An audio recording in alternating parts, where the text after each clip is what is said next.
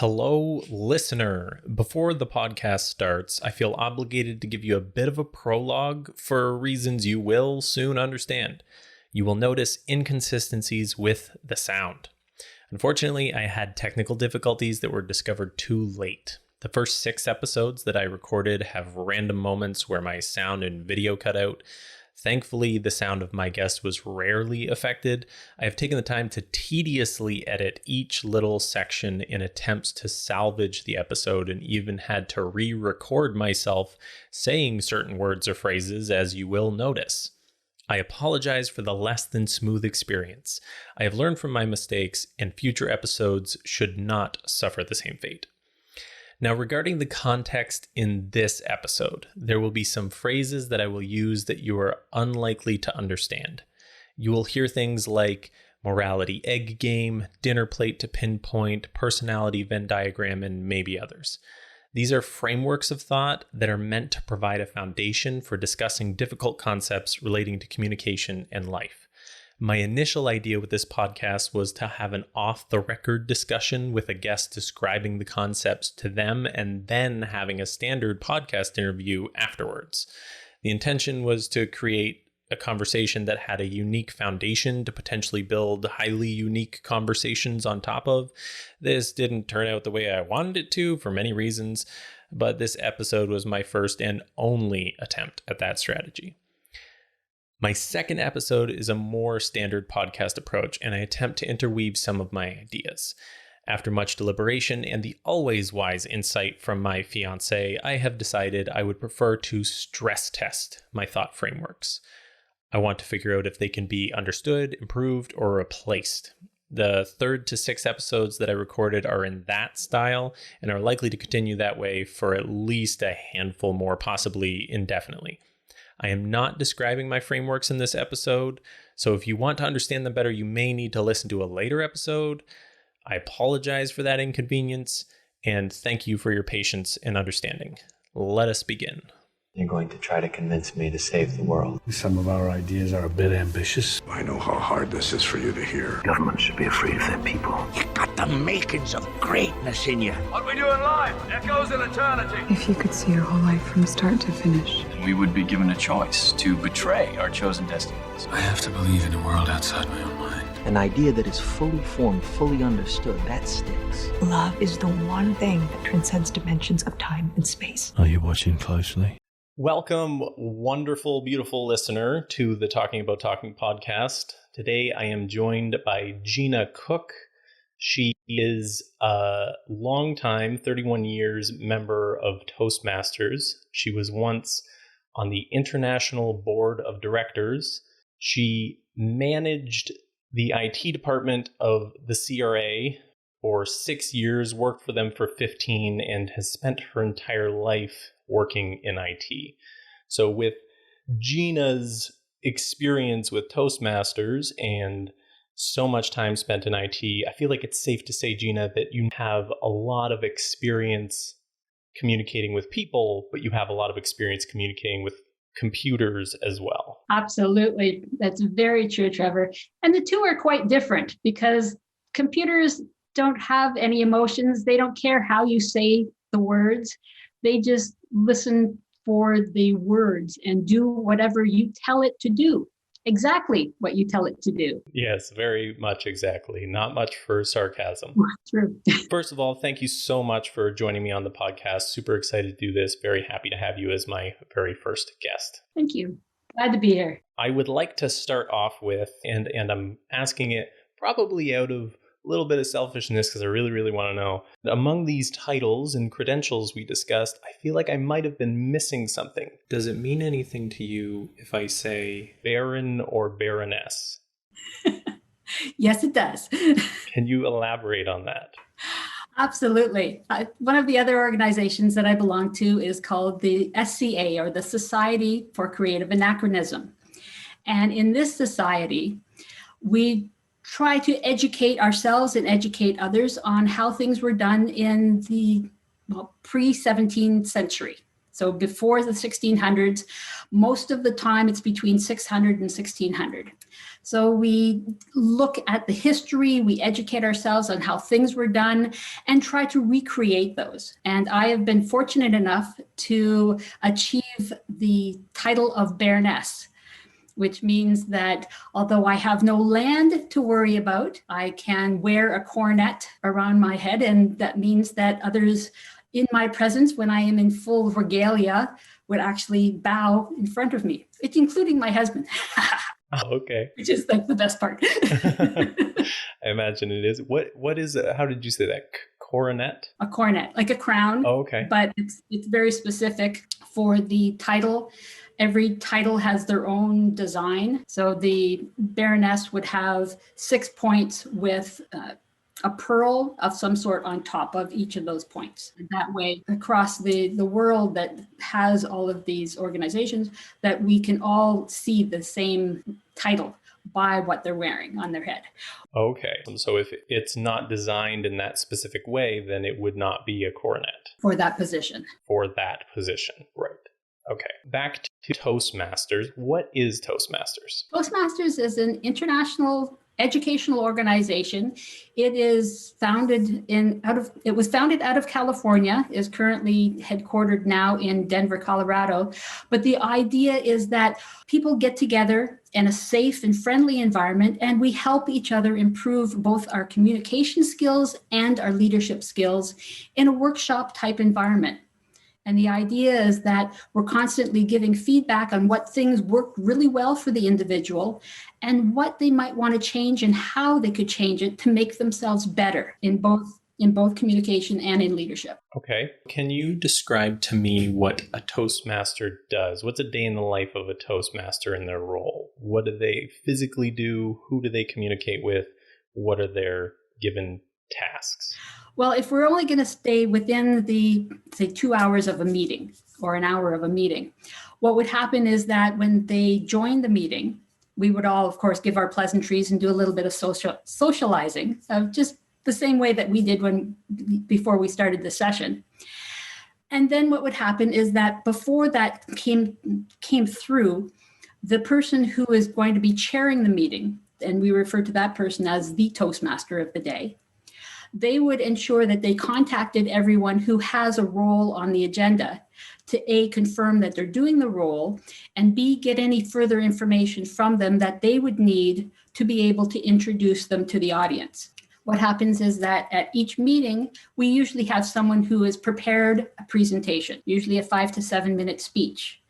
And the Toastmaster would get the title of the speech and a short introduction, say a sentence or two, to be able to set up the audience for the speaker to come on and present. And this allows the speaker to have a running start and the audience maybe a little warmed up for them, so that when they get up to start speaking on whatever topic they choose to speak on, that the audience is a little bit more receptive and interested in the topic already. Okay, so is it always a speech regarding Toastmasters? It's very rarely a speech regarding Toastmasters, Trevor. A lot of times it is a speech that is of interest to the individual. What I have seen many times is speeches about their family or funny things that their children are doing, things that they can talk more easily about. Other topics I've seen are things that they've researched. They might have always wanted to find out about family trees. And so they've researched the topic and now have information that they'd like to share with the members. Keeping in mind, it's only 5 to 7 minutes that they're going to be speaking. So there's not a lot that you can talk about in that short amount of time. It's not like a workshop or a university course. They're giving some very basic information, but hopefully it is something that is of interest to the members as well. They then get feedback and critiqued on their ability to speak. Exactly. And we have a whole evaluation team that does that. First is the speech evaluator, who is specifically assigned to give feedback to the speaker. That speech evaluator has 2 to 3 minutes to be able to present their ideas back to the speaker, but also for the audience to be able to pay attention and maybe learn something about themselves in that same idea. So the evaluator talks about what things that the speaker has done well, what areas that they are really strong at, perhaps their projection, perhaps their articulation, perhaps their body gestures. Then an area or two that could use some additional changes or work. Perhaps they're not projecting far enough so people had a hard time hearing them.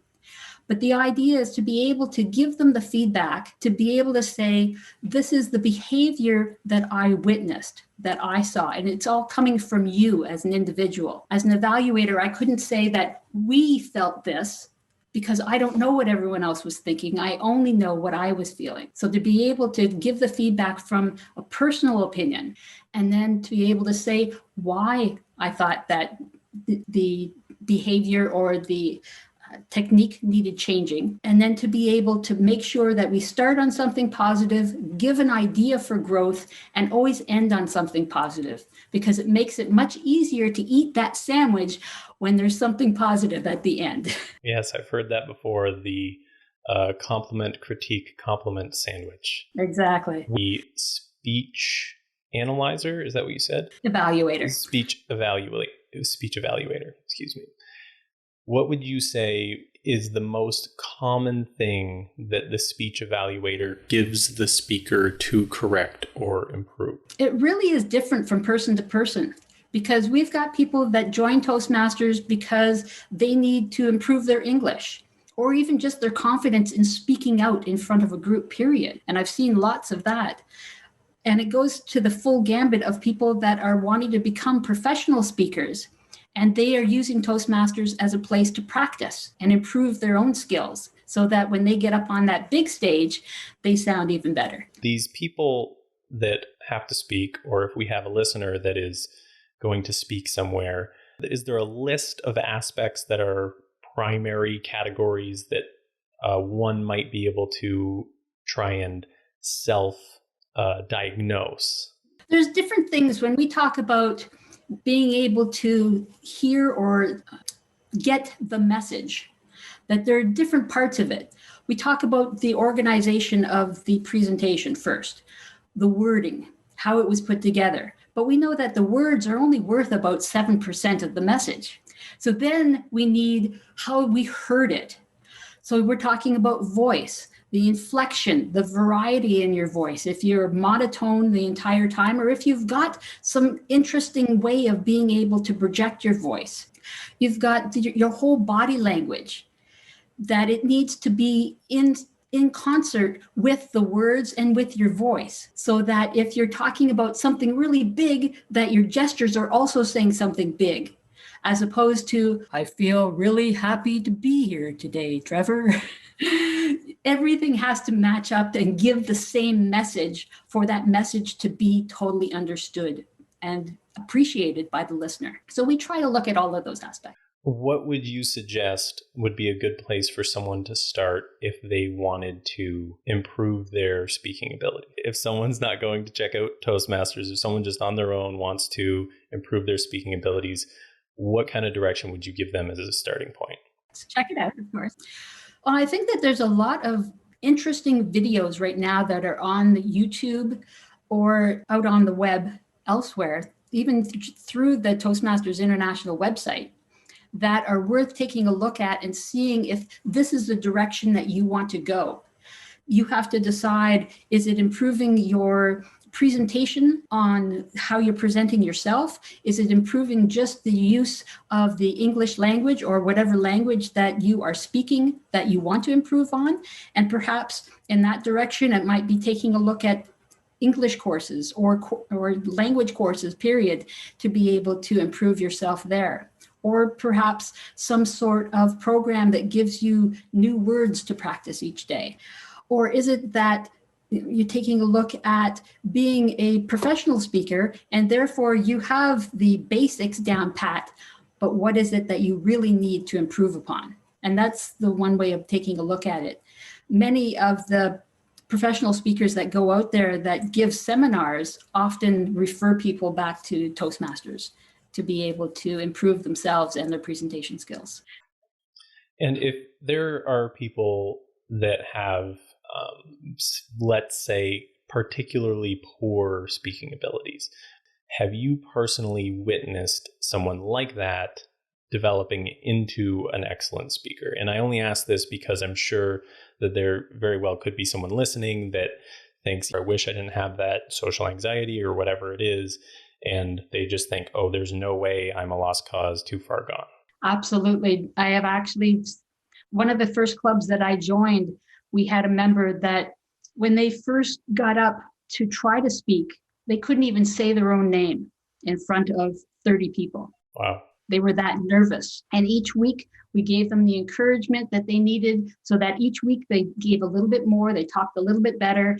And I think after 5 years, I remember speaking with this individual that her plan had been to go into Toastmasters because she wanted to go into schools and do educational talks to children. Well, she's doing that now.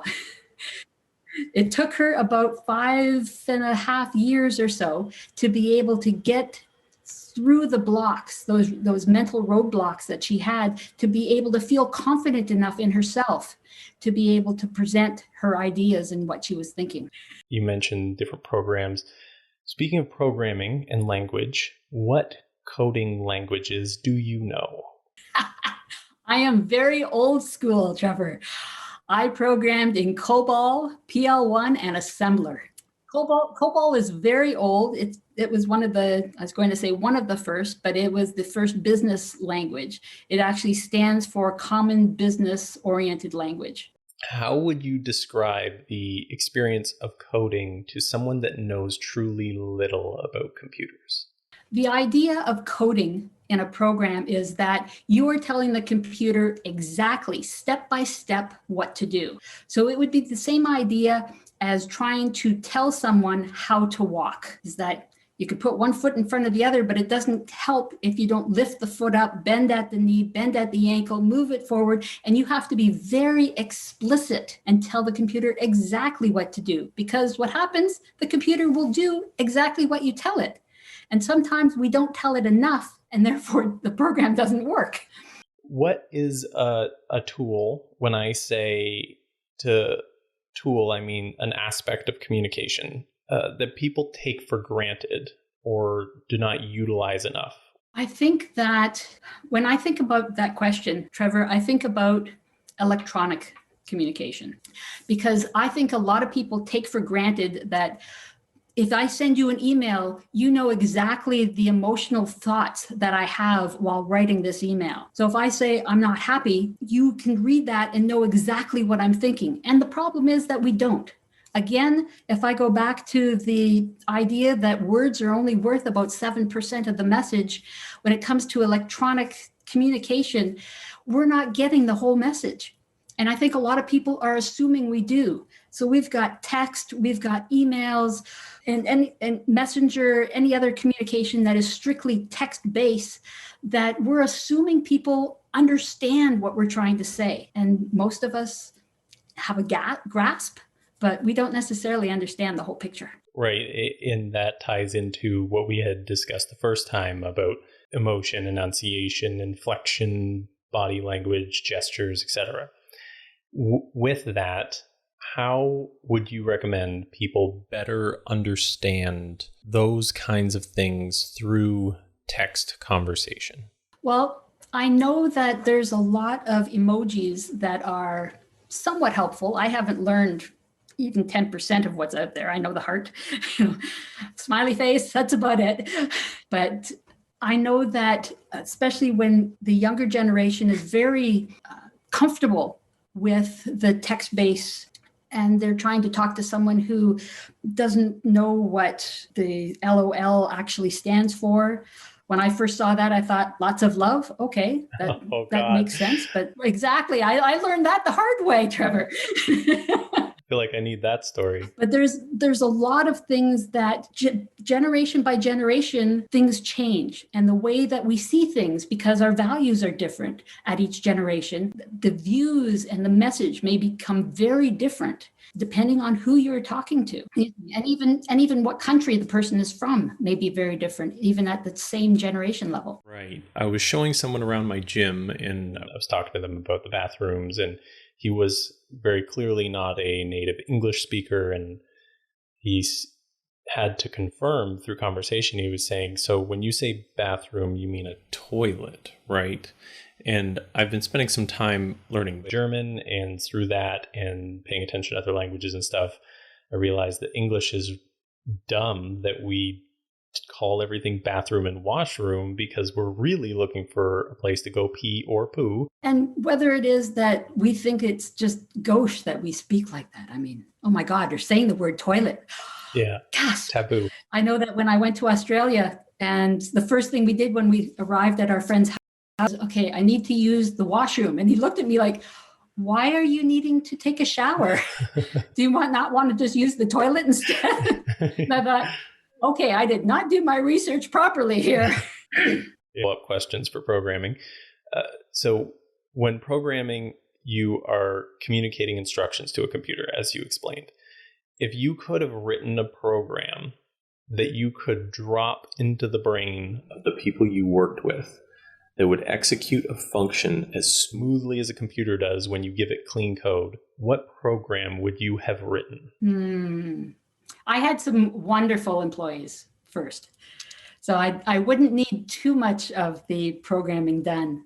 But I think that if I could drop a program into everybody's brain to get them. So we're talking everyone in the world. Everybody, never mind just the programmers, okay. Everybody. I would look for something that could convey compassion and empathy, because I think that a lot of times when we're hearing something or reading something, that we jump to conclusions and look for the negative as much as possible. And I think that if we were to able to take that step back and look for the positive, or perhaps a reason why somebody was doing what they are doing, whether it is the person that just cut you off in traffic to say, wow, they must be in a big rush, or some, perhaps the person that's going 20 miles an hour slower in the lane is holding a cake for their grandmother. I mean, think about it in positive terms instead of always the negative. And that's something I'd love to see put in worldwide. Sounds a little bit like being more mindful, right? It would be. It's true. Yeah. It's so interesting that you talked about empathy and compassion, because those are such complicated things to discuss in general, conversationally. I can only imagine they would be exceptionally complicated to program. And it itself is the same as what is discussed when people talk about artificial intelligence, where the one thing that is going to be primarily keeping artificial intelligence from being considered alive would be empathy and compassion. Do you think everyone should take time to learn a little bit of code? That is a really interesting question. And I was thinking about that not too long ago. If everyone could learn a little bit about everything, I think that we would be in a much better place, just so that we have a better understanding of perhaps what the other person is doing. I mean, how many times have we perhaps taken our vehicle into the mechanic, and they may talk to us and tell us exactly what was wrong? If you had a basic understanding of perhaps how the machine was supposed to work, so that when you brought it in, you could say, okay, well, it's making this noise. I think it possibly is over here. I took the lid off. I looked, I couldn't see anything. Perhaps you might be able to find the problem. Ties into the idea that when it comes to communication is 50-50, right? It's half the job is the receiver and half the job is the sender of the thought. And what you're talking about is developing more understanding. What you're describing sounds like a world that just involves greater efficiency everywhere, right? Is that fair? If we could have that in every aspect of our lives, I think that people would appreciate each other much better. Right, because I personally find, being a personal trainer, I've spent a ton of time trying to educate myself on the human body and movement, et cetera, and develop my ability to control my own.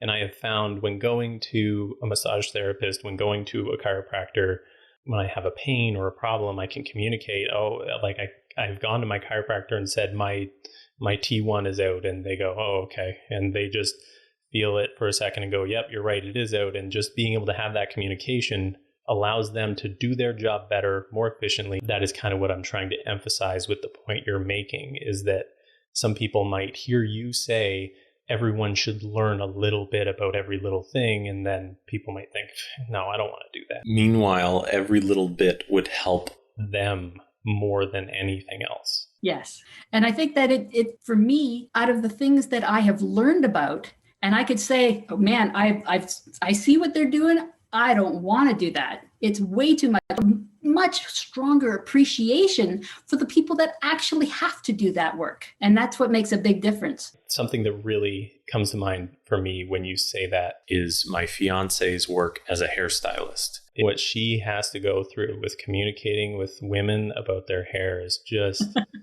mind-boggling to me as a man living in a man environment, spending time with men mostly, and yes, that's just craziness. We want to talk about talking. Holy hair salons. Yes, and I totally appreciate that. And because of COVID, I've been cutting my own hair, and it's like, oh, I so want to go to a salon and get it cut, but I haven't got the guts yet. Well, you've done pretty well so far. I would not have guessed, honestly. Well, thank you so much, Trevor. Appreciate that. So being a personal trainer, there's this concept of exercising regularly, making healthy eating decisions, sleeping more, etc. Basically making healthier decisions. The concept is that by doing so, all aspects of your life are going to improve. And that concept is very, very simple, but execution is hard for a multitude of reasons, first of all. And hard to avoid hurting people's feelings or challenging their self-identity and just layers, right? And through my life, I'm going to continue trying to refine my ability to communicate this very simple concept, right? Because of my career choice. What is something that you found in your work that was a fundamental concept, but it's difficult to communicate it in a way that people will adapt efficiently? Probably something that goes across more than just, and that is take responsibility for what you've decided you're going to do and finish it. Do the work, follow through with yourself, but finish the work that you've said you're going to do. And I think that's probably a big thing. And that could be with any job, basically. When you're talking about the sleeping better, eating better, taking better care of yourself through exercise. And that's something that I started really focusing on basically about 1.5 years ago when I retired because I could. And the fact that just before I retired, I had the hip replaced. So yay, I could move again. That was awesome. Awesome. I'm super happy to hear that. But I could say that every day we're doing lots of fresh vegetables, lots of fresh food. Nice. Which takes time to prepare. And having full time, I wouldn't have been able to do that life choice at that point because I just didn't have the time in the evenings to be able to prepare the food in time to be able to cook it. Do you feel like looking back, you could have, this is going to sound like it's for my other intended podcast that I will make about fitness at some point, but do you feel like looking back on your prior to retiring, your work life, that you could have made time, that you could have adopted different strategies to make healthier life decisions just by whatever, changing priorities or sacrificing something here or there? Okay. I probably could have. As it was, I left the house at 5:45 in the morning and I got back going by bus and I got back home in the evening. So if I wanted to try and make a healthy dinner, what I would do is spend many weekends preparing soups and food and stews and sauces so that I could have them in the freezer, take them out that morning or the night before, and therefore be that much more ready to go. But it still takes the time and the energy to make sure that that aspect is done. So yes, we were trying to take a healthy look, but we still had a lot more foods that we probably, that we've been avoiding for the past 1.5 years. So in our first conversation, when you said you got on the bus at about 5:10 in the morning. Oh, I got up at 5:10. I was on the bus by 5:45. You said your daily conversations typically started on the bus. Absolutely. When you had said that, I felt like such an intense spark of excitement. And I recognize that you mentioned it was conversation with other people from your building that you started talking to, right? Sometimes it would be from my building or from which I might recognize. And sometimes it was actually just people that I recognized because I saw them every day on the bus. So they got comfortable seeing my face. I started conversations with them. And by the end of a couple of years, we were having full conversations for an hour and a half each way, coming back and forth. That is, I can't even begin to explain how amazing that is to me. And that's because my original concept, it started with me talking to someone in college about people on buses, because it was my first time living in Toronto. And I was a small town kid, and so get to Toronto and we gotta go places.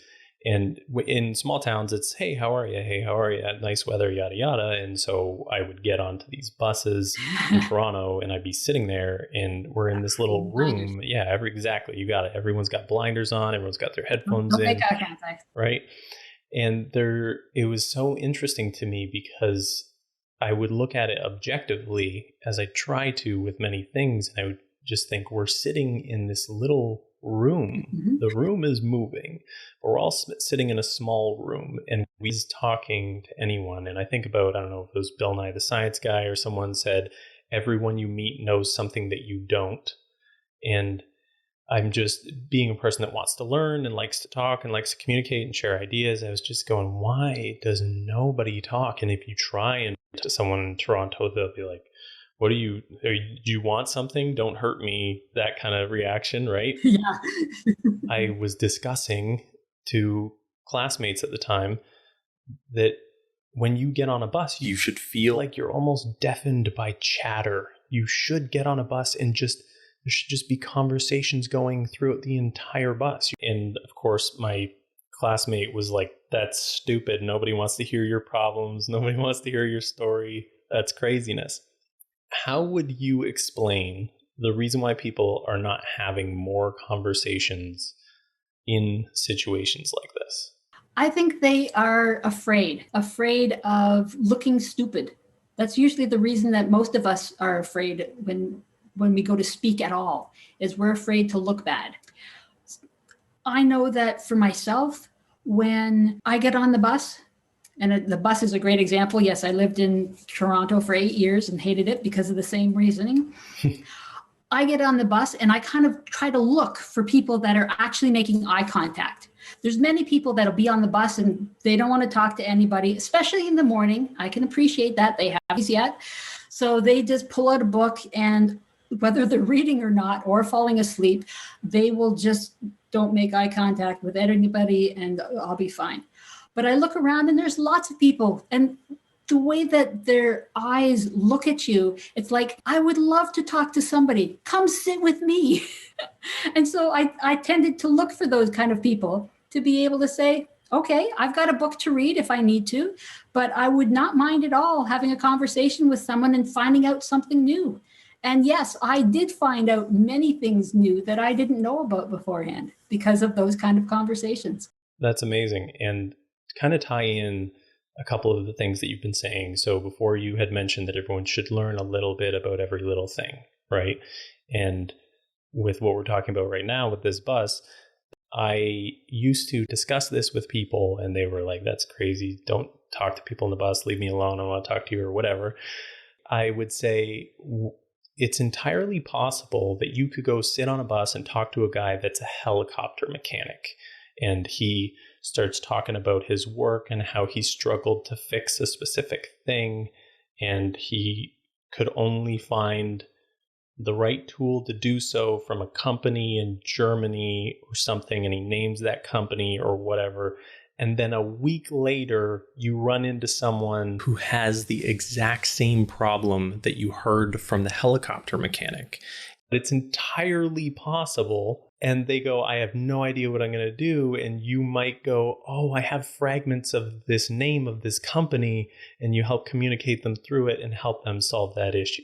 It's entirely possible. Yeah, absolutely. And that has happened. I don't remember the exact details, but absolutely has happened, of having conversations and being able to come home and listening to a conversation with the husband. And he said, I have this issue. It's like, oh, I learned about that today. It's interesting when you said fear. That was your initial response to why people don't talk. I have thought quite often, and because you said specifically fear of looking silly or feeling stupid or whatever it is, I have personally thought that many people may not want to aggravate someone unnecessarily. They might have a conflict. They might, opposite end of the spectrum, they might befriend someone that they didn't want to befriend, right? Where you run into these people that are not balanced well in their life, and then you befriend them, and then they start to go into kind of a crazier, more obsessed direction where they want to follow you or talk to you all the time or whatever it is because you've given them a friend. And that has probably been my biggest personal hurdle to that concept, because there are people that exist that if you extend the olive branch or whatever you want to say and offer a listening ear, compassion, or be a friend for a moment, that they will start causing some sort of negative impact on your life, because whether or not they can register that. And my question is, what do you think about that variable? What would be your opinion on that perspective if anyone was highly concerned about that when going to start conversations with people? You don't give your full name or your address away. Good. I mean, sure, you could give your first name because that's just being polite, but you don't have to give your phone number and your email address to anyone when you're talking to them. But when I think about having a conversation with someone who might be conceived or considered a little out in far left or far right, think of what you're doing. You're actually occupying that person, so the rest of the members of the bus don't. I love that. And so they may feel very comfortable to be able to chat with you because nobody else wants to talk to them. And they've got ideas, they've got things that they would love to share. And if you're willing to be a listening ear for them, fantastic. Right. And that plays into something that I have discussed with many people around this topic, which is when you discuss the idea that some people are not in a good place cognitively or on the same wavelength as you or capable in a way that you would want to make acquaintance with them or whatever. There's the idea that there are some people that very well may be in a place where they're on their way home to end everyone's life and my own, and that's just going to happen. That's my choice now. I have always felt that you may just run into that person on that day and say, hey, how's it going? And giving them, at least in my opinion, giving them that ear, giving them that human connection, what we talked about, that existence factor, right? Making them feel like they exist might just be enough to prevent that. Would you say that that is something you agree with? Why or why not? Oh, absolutely. I agree with it, Trevor. Because if you think about most people, I would think that are ready to not only take their life, but make sure that their family is taken care of, literally, that they are at their wits' end, that you've been communicating with them, that they haven't been talking to them, and that they can't figure a way out. So if you're there chatting with them, giving them an open ear, being open-minded, it can make all the difference in the world. I had one opportunity going back to Toastmasters where I was in a different city in the States, actually, giving a short presentation. And it was one that I was trying to inspire the audience to do something positive. And when I got home, a few weeks later, I got a letter from one of the individuals from that conference. And they had said that they really appreciated my words. It made such a difference. They were planning to commit suicide that night, and they have now changed their mind totally and it turned their life around. That's amazing. Huge impact. Huge. Because I honestly surprised because I didn't realize how much impact we have with our words and our thoughts in that way.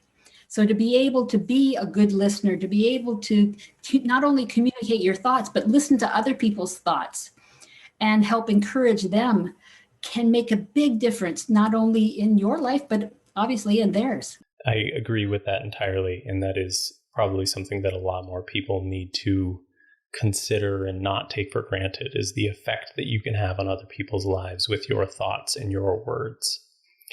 What is a concept that through communication you felt like you were beating into people's heads, but there were always people that just failed to get it? Concepts beating into people's heads. The one that comes to mind, and this is in the last 6 years of my doing the management aspect of it, and that is, when you're there, be present. By means, put your cell phones away, put your personal emails away that you might have up on the other screen, and participate with your whole self. If you're having a conversation, turn the monitor away from you so that you can actually see the person that you're speaking with and actually be in the moment with the person and in that conversation. One of the biggest things that I saw, and it has nothing to do with age or any specific generation, because I saw people that were my own age that had their cell phones out constantly, or that had their emails up and they'd be in mid-sentence and still reading the emails that were coming through. And it's like, yada, yada, yada, yada, yada. Oh, hold on, I got to answer this. And I thought, are you hearing anything that I'm actually saying to you? And that is probably the one idea that, over the years we've tried. But when you're talking to perhaps your boss's boss, you don't have as much influence as you do to perhaps your subordinates. Yes, I could definitely see that. I love that you said that, because that is something that I have felt very passionately about in my life. The Secret Life of Pronouns. I don't know if you've ever read that. And this psychologist essentially discussing pronouns in our language, how we use them, and how you can pull out the pronouns and the patterns in the pronouns, and you can figure out who is the dominant one in the conversation. You can figure out whether or not that person was paying attention to the actual material, et cetera, et cetera. The one thing that is what you're talking about here is that he did a test where he had phone conversations with his students, and he was just sitting there in a room staring at a wall talking to his student on the phone. And in the other scenario, he was doing work on his computer while he was talking to them on the phone. And he could tell that he did not retain nearly as much of the conversation. He did not give good feedback. There were short responses, not connected, not paying attention. And psychologically, it's been proven that we can't multitask. We don't have that function as humans. We can single task and flip-flop back between the two. And so I personally do not have a conversation with someone when they're on their phone. As soon as someone looks at their phone screen, I just stop talking and I wait. It's not the responsibility of them to continue listening to what I have to say. If they want to give me their attention and I get to keep that for the whole moment of the conversation, then that's a privilege that I have, and they're generously giving that to me, right? But if they decide to cut their attention off and put it on the phone and stop listening to me, that's their right, and I can't get upset about that. It's a little bit offensive, but that's fine. Go ahead and do that. But that doesn't mean I'm going to continue trying to share my thoughts that you're not paying attention to. And I'll have time and time again with my mother does it all the time, where she'll start getting on her phone and she'll always say, oh, I'm just, it doesn't matter. It doesn't matter what you're doing. You're not paying attention to what I'm saying.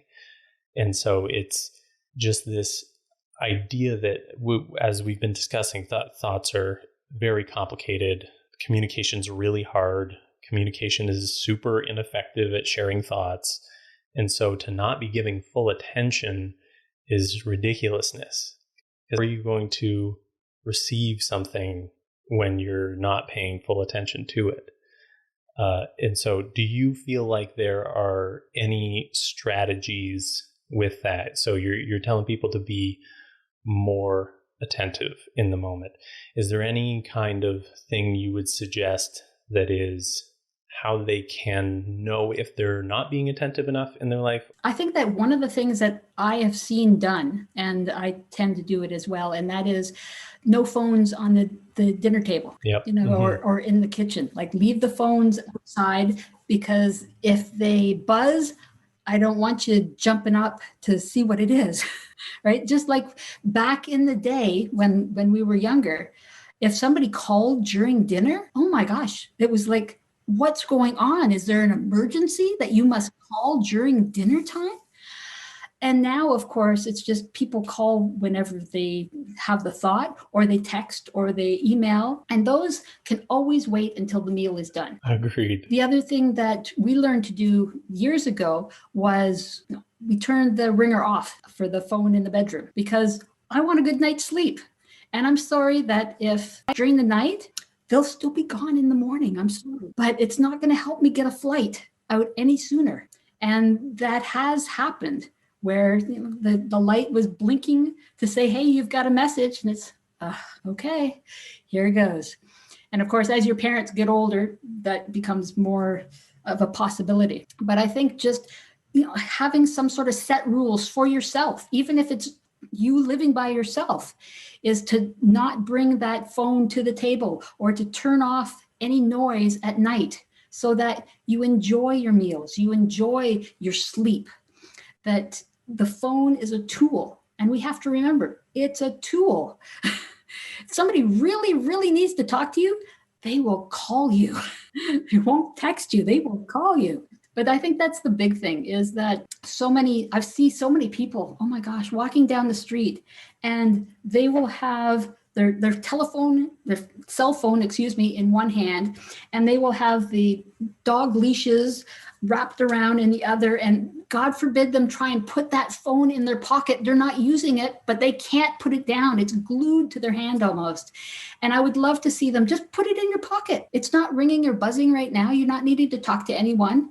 It's safe in your pocket. Just zip it up and actually be there with the people that you're with, or the animals that you're taking for a walk. So when communicating with clients, over the years, I've adapted different phrases, figures of speech, analogies, and metaphor to make my communication more efficient. So I would be teaching someone the squat, and then teach another person and another person and another person. I would have a certain set of phrases and words that I would use to teach them that, and then I'd run into someone that those words and phrases just didn't work for some reason, and so I'd have to come up with new ones. What is an example of a certain choice of words that you know now that you wish you knew at the beginning of your career? Oh, goodness. Choice of words. The language has changed so much in the 40 years that I was in IT. Even though I was using the same programming language, the external language of English and business had changed quite a lot. Early on, I think more collaboration and teamwork. Those are two words that are much more prevalent in today's language, but 40 years ago, you didn't really hear too much of them. I mean, they may have been done, but you just didn't hear them actually being said. Okay, so kind of in a similar idea as talking about talking, where no one really talks about talking, that you found that people didn't address the existence of collaboration and teamwork in the workplace enough. Okay. What do you think it would have changed if people had have done that more? I think that had people been more conscious of the idea of teamwork and the idea of collaboration, that the teams within the business would have worked better together, and they would have worked better with other departments, as opposed to me saying, okay, we need to get this information from this IT department, and they didn't talk. Like, there wasn't a lot of communication back and forth in those days. So you didn't know how to approach them. Whereas now, I mean, there's meetings where there's at least one representative of each group at a meeting once a month, just to discuss ideas and direction that the company is going. That would have been better 40 years ago and going forward than more so than just now. What is something about the CRA and how it operates, or taxes or benefits or something like that, that you wish more people understood? I think that there's a lot of people that don't understand that CRA is a service, and that almost every employee there is trying to help you as a Canadian citizen to try and make what you do best way we can. Not everyone, well, in IT, we don't know the rules for the tax returns necessarily. I mean, we program what we're for the returns, but if we don't know if you can take that pen and write it off as a business expense, because that's going to be very specific. And of course, as a CRA employee, we're not allowed to actually talk to anyone outside our own personal family about their own taxes and give advice. So the idea is that what I have seen is government employees, we often hear, oh, government, they don't work as hard as anybody else. And they're lazy. It's like, out of all the people that I have seen and worked with, they are hard workers. They try to do the best they can. They put in the overtime needed and many times don't even get paid for it, because they are trying to make sure that the jobs that they have assigned to them get done and gets out to the taxpayer, and the taxpayer can utilize these systems so that they make their life easier. I can't even begin to explain how many people that I have a conversation with about anything related to taxes or government, and it seems like nobody has anything good to say about CRA. So the perspective of knowing that it's a service and they want to be there for you is definitely very helpful. In your thank you speech that you had sent me, you mentioned accepting a compliment is something that many people struggle with.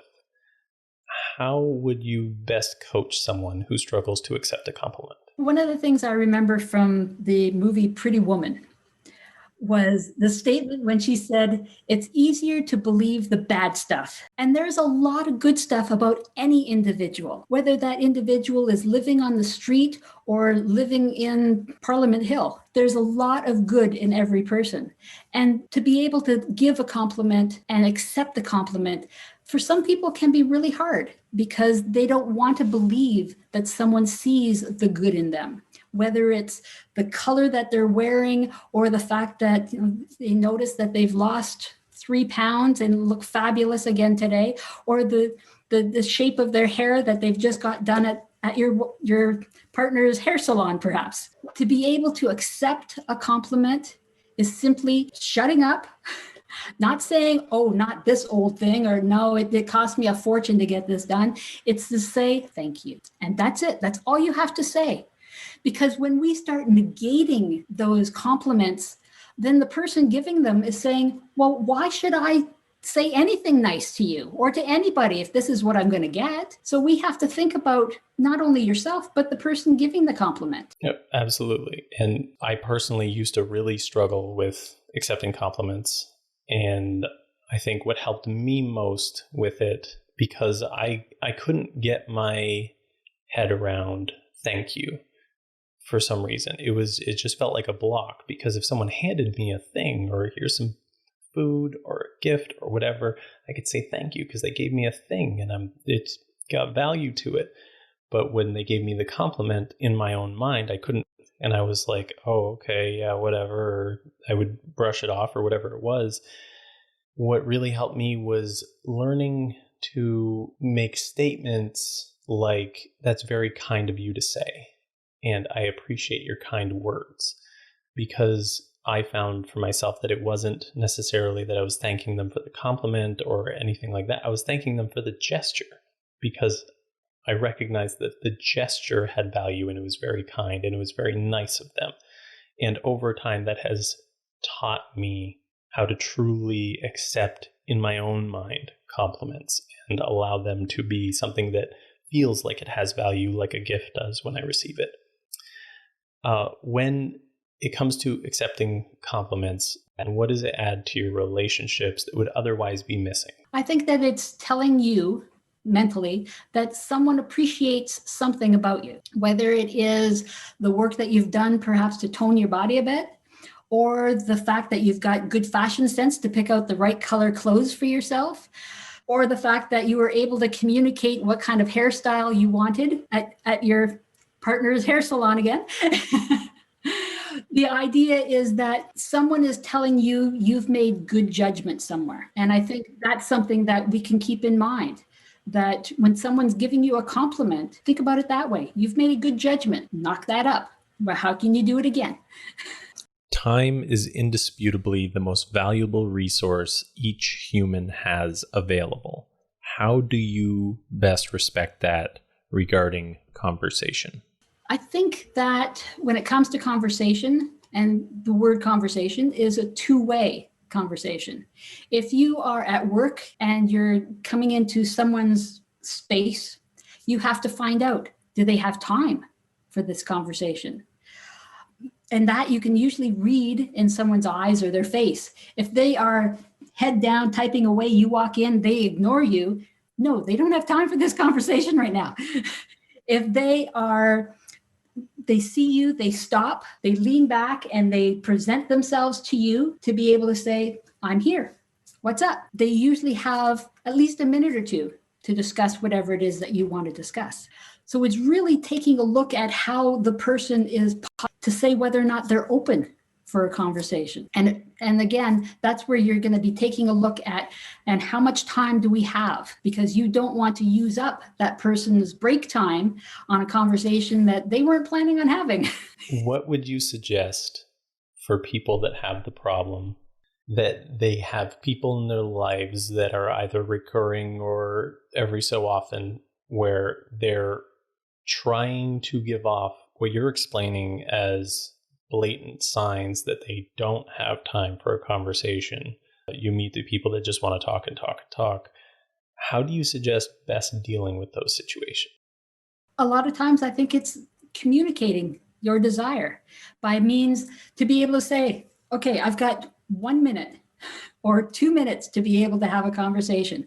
And then I have to get back to this report and literally have a stopwatch.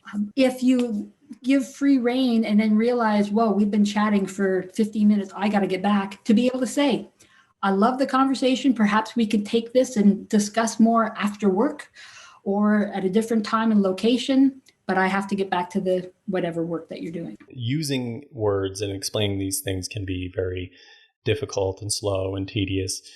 What is something that everyone could put a little bit of effort into so that conversation could become even just slightly easier, whether that is enunciation or the way they describe things or the way they maneuver their conversation? What do you think could be done by most people? Wow, that's huge. There's a whole lot there going on. Yes, there is. Let's look at it this way. The 0.5 analogy. How do you think people could go about the act of conversing to more quickly get someone to 0.5? Okay. One way of doing that is to be able to see if the person that you're speaking with, whether it's one or several, understands each step of the way so that you don't have to go into detail with them on each step. I know that within presentations, we're often saying, okay, so if I ask everyone here, who has knowledge of this aspect? And we'll get a show of hands. Okay, that means I don't have to explain anything because everyone has their hand up. So then we can move to point 2. And we can do that at each point along the way.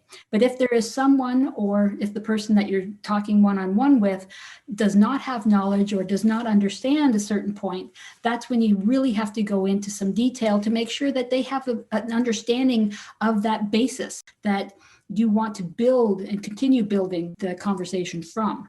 So it's basically asking them, do you understand this concept? Perhaps asking them to paraphrase what the concept is about to them, but getting them to participate in the actual conversation. And I want to kind of double dip on that last point you made there, that is getting them to paraphrase. because I have personally found many times where I'll be having some sort of conversation with someone somewhere and going, do you understand, or do you know, or do you know what I mean by, and they say yes, and then you move on, and then later on you hit point 4 and you're explaining something and they go, wait a minute, and you could just see by the look on their face that they didn't really know what you meant. And so you kind of got to backtrack with what you're talking about to kind of use another one of the analogies to further describe that, the pinpoint to dinner plate, right? It's almost as if you take a dinner plate thought and you say, does everyone get this? And then people go, yeah. And then you go down to a hockey puck and you go, okay, does everyone get this? And they go, yeah. And you go down to a coin, and you can get more and more precise to the thought as you go. Referring to the egg game for morality, where you're discussing something moral and you're colliding your eggs together to see whose is tougher, right? To try and convince the other person. Do you feel like you are the kind of person that is regularly looking for your own egg to be broken? I think I have a fairly good balance most of the time. There are times when I might try to break other people's eggs because I think that maybe their thoughts are a little too old-fashioned or not thought of in today's world. A perfect example of that is my stepdad, where I quite enjoyed riling him up by telling him that I thought that same-sex marriage was a great thing. And he, of course, would fly off the seat and scream and shout. And I actually quite enjoyed that. I thought it was funny as hell. Ahead of me, I know. But it showed me that even though he thought himself as, this great moral person, that some of his prejudices were still there.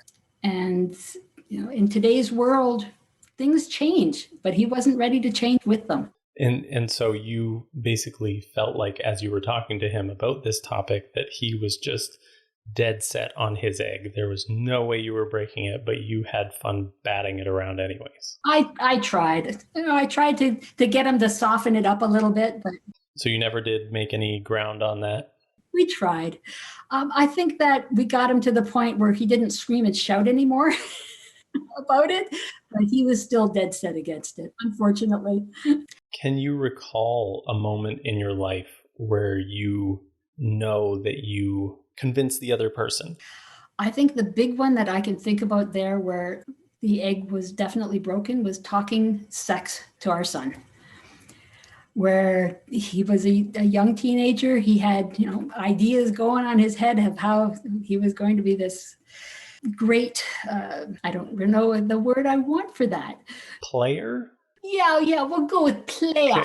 Yeah, we'll keep it PC. We'll stick with player. And I could remember sitting down on the couch, making sure that there were no distractions, and having an honest heart-to-heart discussion, conversation with him, to be able to find out what he thought and to have a completely honest conversation where I opened myself up to whatever questions he had for me. What do you think is the most important thing to keep in mind when you're sitting there colliding morals with another person and trying to decide whose is the right moral?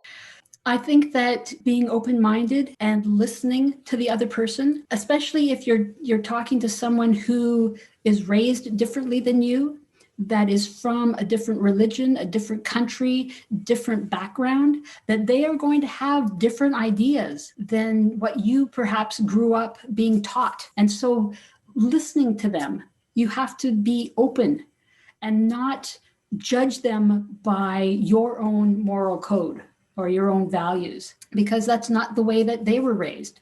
I have one friend who lives in the Middle East. He's got, I believe it's 5 wives. Oh, wow. I think he just had his 27th child. Oh, my. And by my moral compass, that's just wrong. It's against the rules. One couple is 2 people. That's it. But there, And in his culture, he's got the money to raise them. He's got the money to keep everybody happy. It's perfectly fine for him. So am I judging him by my morals and my values or by his own? And I think that's the big difference, is that if he does something wrong by his own morals and values, then that's what I should be judging him against, as opposed to mine. Yes. Yep. That is such an excellent point. And I feel like that can just branch off into so many different directions, because that perspective that you just gave is such an excellent way to explain that, where they aren't necessarily operating on your morals. Just because you perceive them as someone who's acting in a way that is less than awesome in your opinion, doesn't mean that they're purposefully acting in a way that is less than awesome in their opinion. With this man who has many, many wives, and you are in a monogamous relationship, married for 40 years, it is safe to say that over time, your personality Venn diagrams have been able to merge. Between my husband and I? Very much so. Are they continuing to change shape? Oh, absolutely. Because each of us has different hobbies or things that we like. So the idea, I've recently got him into Toastmasters. It only took me 27 years to do that. But he's now enjoying the benefits of that program. But he also loves electronics, which has no communication except with the machine itself. But what he's done with that is he's created a group within Ottawa that a bunch of folks get together and they discuss ideas. They discuss problems that they're each having, and then they will talk about it and see what can be done. And the great thing about that idea is that I can talk to him about leading that group from the Toastmasters, but I don't participate in that group. So he enjoys that aspect by himself with other friends. I enjoy sewing. And that's something that I've done since I was a teenager. And so that's something that he has nothing to do with. Right? So we all have our personal hobbies, but we have joint hobbies as well. And that's what helps keep a relationship going well. We're going to address the sewing thing in a minute. But while we are on the topic of the personality Venn diagrams, do you find the rate of them shifting has slowed or changed over time at all? I think that they've probably slowed as we've gotten older. I think that when we're younger, there's so many different things that we're happy. It's basically you're just starting to meld into that Venn diagram. And as you have children, then it becomes another circle that you all share together. That's very good. There's a lot of things that go on there. And then as the child moves out and leaves home, then we have to take a look at what were the things we were sharing before that third pod came in. And that's why I've heard of many couples that when the kids leave, they've got nothing left because they were sharing it, that Venn diagram, they were not sharing it between themselves. They were only sharing it with the children. And so when the kids leave, they've got nothing left. That is so interesting. And I feel like that's such an excellent way of explaining that, how they have these overlaps as a couple. And then when they have kids, they might fade away from those places and lose those overlap connections because they have to overlap with the child to raise it properly. And then when the child leaves the nest, they're overlapped on all of these fundamentals about raising children, but they don't have to do that anymore. And then all of their couple related things are missing. That is so interesting. Do you find that so you mentioned that the changes have slowed a bit, and that would just make sense because over time you just get closer and closer to the same shape. Do you find that although changes now are still happening and they might be minor on the scale of life, do you find that they're any more or less difficult? They're easier. Sometimes they are just as difficult as they were, in the beginning. One of the things that, because both of us recently retired, is that we had to figure out what we were doing. What was our days going to look like? I'm fortunate enough to be a morning person, and he is not. So it meant that I wake up, usually between 7, 8 o'clock, which is great because, waking up at 5:15, I'm done with. It was good and handy, but I'm done with. So I have hours, and I'm lucky if he gets up by 11, 12 o'clock in the day. But that gives me 4 hours of doing whatever I want to do without making too much noise and waking him up. And then a good solid afternoon and evening. So we'll have lunch together. We make sure we have dinner together. We'll go for walks outside together, even in the minus 18 degrees Celsius that we've had through this past winter. We sometimes will play cards together. And in the evening, we do a little bit, but I go to bed early because I'm going to bed early, and he stays up and he has his time to do whatever it is he needs to do or wants to do. But we make sure that we spend some quality time together, not just for meals, but to have time that we can actually have a conversation. And that could be while we're walking or playing cards or just sitting and relaxing in front of the TV for a little bit. Would you say, on the whole of the concept we're currently discussing, the process of the overlap of personalities, do you feel like that is important for a successful relationship or not necessary? And I want to kind of pinpoint this for a second. Opposites attract, and they'll say things like, oh, you don't have to agree on everything, yada yada. And I personally don't agree with that at all, but I want to know your opinion and perspective on that. It's an excellent idea. If you agreed on everything, life might be pretty boring. But I think you need to agree on the major issues. Having conversations with the people that you are going to marry. If you're intending to have children, talk about how are you going to raise your children? What's the basic ideas? So that both of you are in agreement. One of the things I remember hearing was the best way of raising children is first get a dog and find out how each of you are with discipline, because a lot of people don't know what they'll do until it happens. And so if you can raise a dog, another animal that needs discipline, like, cats, they don't play with discipline anyway, because they remember when we worship them as gods. But something like a puppy, of learning how to paper train a puppy, learning how to bring them out into the yard to do their business, cleaning up after the dog, all over the house, cleaning up after the dog. It gets you used to the idea of you're going to have to go through this in more depth with children. Can you do it? Do you agree on the methods? So that's just one aspect.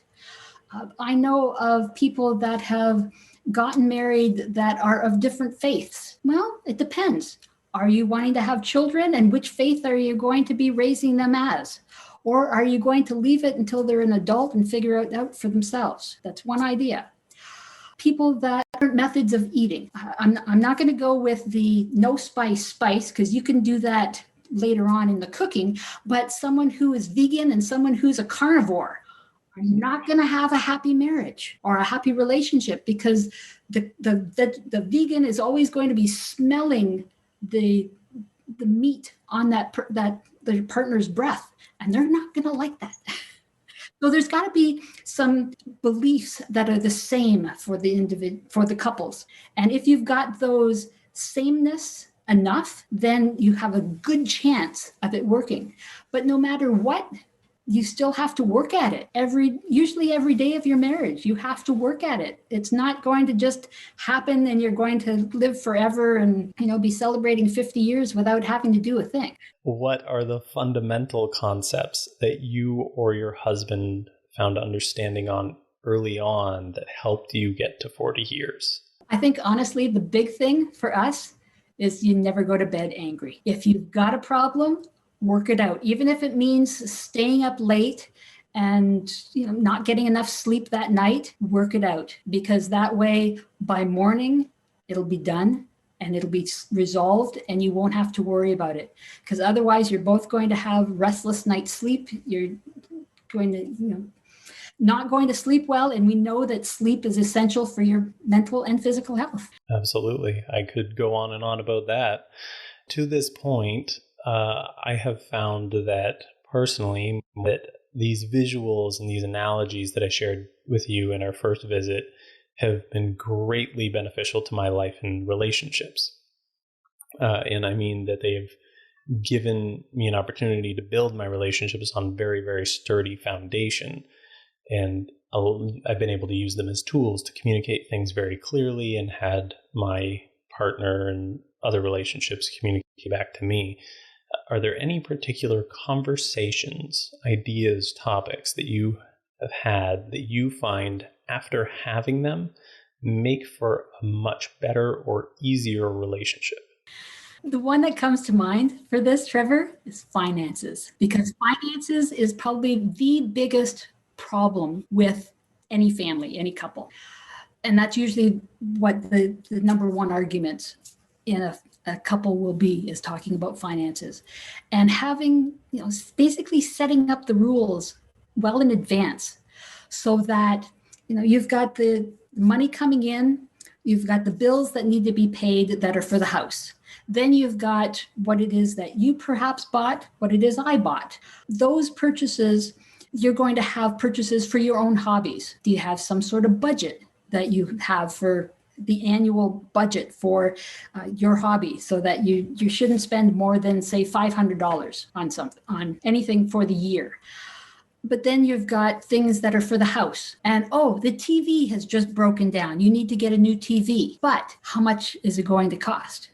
And so for anything that is over, say, $500 should always be discussed before purchasing. And that means after tax, not before tax. But you have to set up the rules. Whatever it is that you and your partner or even roommates are comfortable with, that's what needs to be set up, I believe, ahead of time, so that just like playing a game of cards, the rules are known in advance. So when it comes to the problem, it's like, okay, here's the problem. This is what we need to do, in my view. Does it work through the rules that we already set up? Yes, then let's go for it. No, then let's discuss it.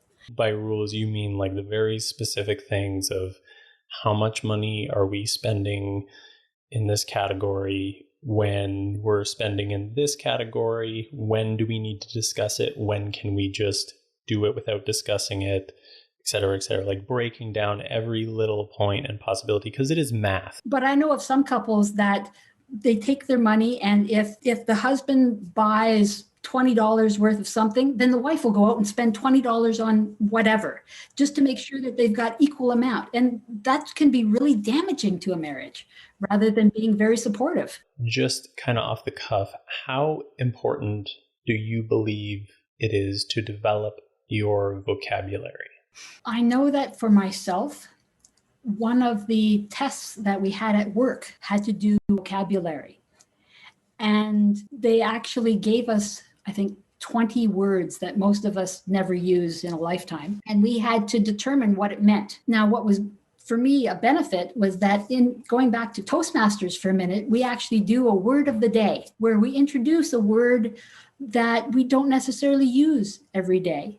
And we talk about the definition and where does it come from. And we try and encourage everyone to use it in a sentence during the meeting. And in this case, when I had this test at work, I actually recognized more than half of the words just through my Toastmaster meetings, which helped me pass the test. And it was for a promotion. So yay. Nice. That's awesome. So do you have any words in particular that became immensely useful to your life? I think there's probably been several words. Today's word was perception. And I think it's a fabulous word. It's a word that I probably don't use as often as I should. And sometimes as we get older, we forget the words that we really want to use. Learning new vocabulary, learning new proper English words is immense, I think, very helpful. And how would you describe the way that learning vocabulary is helpful? What kind of value does that provide to somebody's life? I think that no matter what your mother tongue is, to be able to have that continuous learning, so that whether it's a new word in English or a new word in any language, is going to help you learn and grow as an individual, so that you become more comfortable, not only with the language that you're using, but with other languages that you might hear. You mentioned being a seamstress. Yes. And Bird told me that you So costumes I do, yes. for these SCA events. That's right. What does that stand for again? Society of Creative Anachronism. Yes. Yes. And so can you describe these costumes to me? Yes, I can. There are many different levels of costumes that I make, and I make them a lot for myself and for my husband. Within the organization, you can choose your own persona. So you can decide what you're going to be, what country you're going to be from, what century you're going to be from. And so each country, of course, each century has different styles of clothing that they would have worn. And of course, we do the research and figure out what they would have looked like, how they were sewn, how they were put together, and recreate those with the natural fibered fabrics that we have available to us today. Historical recreations, right? But they are, I mean, there's events, right? So we do have local events. We do have the events all over the world that you can get dressed up and participate in, but they are not reenactment. That's the word I'm looking for. They're not a reenactment. It's not like the Civil War reenactment. Right. Actually, we'll have fencers and fighters, and we will have arts and sciences displays of what created, and they will be judged and awarded by different peers. The idea is that we learn how things were done, and we can recreate many of the aspects of it. As long as we keep the disease and the dirt out of it, most of us are pretty happy. Have you heard of LARPing? Yes. Okay. Live action role play. Right. How, when it comes to LARPing and historical recreations and Renaissance fairs, how does this differentiate from those things? What makes this different? This is from my perspective and everything that I've read and heard. The LARPing is going along with the game that they're playing. And so they are dressing up in not necessarily authentic or historically accurate. The Ren Fair, they are, I understand, fairly close to being historically accurate, but they are a little bit more modern than the SCA. So where the SCA ends, I think, is where the Ren Fairs kind of start taking off. So for myself, I do, my basic costuming is 10th century Viking. I've got some 12th century Norman, 14th century Italian Renaissance, and 15th century Persian. Okay, well, if I ever want a Viking costume, I know who to go to. Oh, the Viking costume is super comfortable to wear. I use that for all of my camping that I do with the SCA. And when you camp with the SCA, what are those camping excursions like? Well, we go for 2 weeks in the beginning of August when it's 100 degrees Fahrenheit every day, and you're wearing about 5 layers of clothing. Drink lots of water. We have, many of us have canvas tents, and we try to set up our tent and our camping area such that you feel like you've walked into the 15th century. So the idea is you walk into my tent, and actually, if you looked at my Facebook banner, that's actually my tent that I'm showing at my campsite. But you walk into my tent, and it's a lovely 15 by 15 canvas marquee. I've got ground cloth, then rugs on the floor, IKEA-style beds with full bedspreads on and everything. We've got shelving on the walls. We've got tables and chairs inside to be able to sit and do what we need to do. We've got lovely candles and candle holders and things spread throughout our small campsite. But what's great is that we've got 5 people in my small group that we camp together each year. But people come from all over the world to come to this camp excursion or event for 2 weeks. So we turn a campground that normally holds about 400 campsites into a small town of 12,000 people for 2 weeks each year. Wow. We have our own medical service, our own ambulances, our own university, our own mayor, our own police force, our newspaper, ice delivery service. And we put millions of dollars into the local economy there. But it's not like the emergency services are operating like they would in that time. Probably more modern. Okay. Because we've got an actual doctor and EMS, and we've over the years purchased our own ambulances. Oh my God. And then lend them out to the local county during the time that we're not there. Obviously, you don't want to just go, we're not going to use penicillin. It no. Yeah. Rusty nails, bare feet. Modern medicine is probably helpful. Absolutely. We're coming to the end here. And so I'd just like to touch on a couple things I wanted to make sure we got to before we ended. If you can answer these quickly, I'm not sure, but I am told that you are the person that knows everything about everyone. That is something that I have struggled with personally, is keeping in touch with family enough. And it's not that I don't like talking to family. I'll catch up with them at Christmas and different events like that and whatever. So the act of contacting family members, is that something that has just felt so natural and intuitive to you that you've just gone and done it? You did, and you were just, the day goes by and time comes up and you go, oh, I'm going to call so-and-so.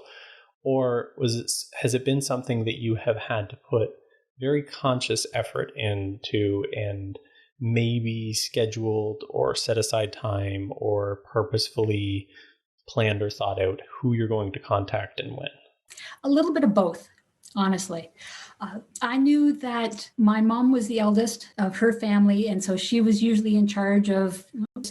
And so being the only daughter, I knew that I would take over that role when the time came. At least I assumed I would, because my brothers weren't that great at remembering to do things, like calling me 3 days after my birthday and say, hey, it was your birthday? Yeah, okay, cool. So the idea was that I kind of knew I would be doing something like organizing the annual Christmas get-together. So when it comes to trying to make sure that I stay in contact with my family, it's something that I do both consciously and unconsciously. I mean, I would love to talk to them every day if I had the time to be able to do that, and if they had the time.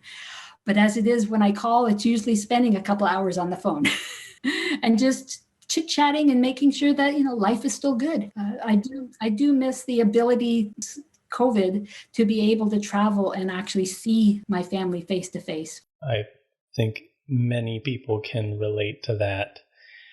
I was told that you, with a group of others, used to regularly go to garage sales. I was also told that Gina is the kind of person that could take a 10-cent item and haggle them down to 5 cents. Oh, that's easy. It's only half price. Oh. And this is particularly interesting to me. I don't know if you've heard about Gary Vaynerchuk. Gary V is this guy that you can go Google him after. He's all over the internet now, and he's got all kinds of social media, and he's just basically pushing many different strategies for making money. And one of those primary strategies that he talks about so incessantly is flipping and buying something for low and selling it for higher. And he talks about garage sales specifically, and he'll post videos of him going out to garage sales and haggling people down on things and showing how much money he made selling them on eBay or whatever. And so this is actually something that a lot of people have been getting an interest in because he has popularized it.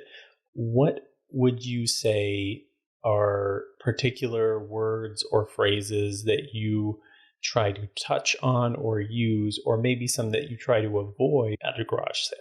I think that you have to understand their emotional attachment to an item. And if they are emotionally attached to something, you're lucky to see it for sale at any price. So it's usually that they're not going to lower that price.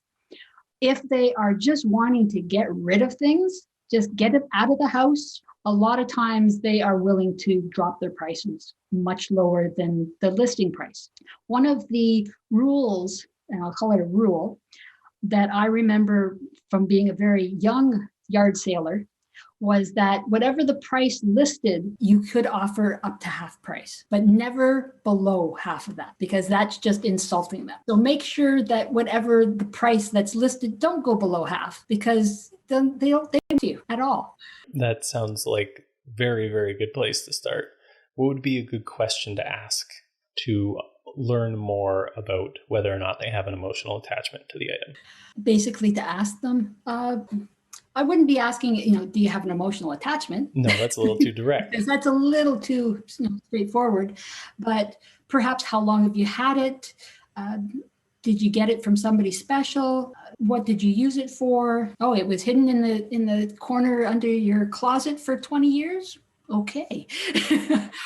We've got a good start here. Yeah, that's good. Okay. If someone were to start saying thank you more often, how would you expect their lives and the lives of the people around them to be affected by that?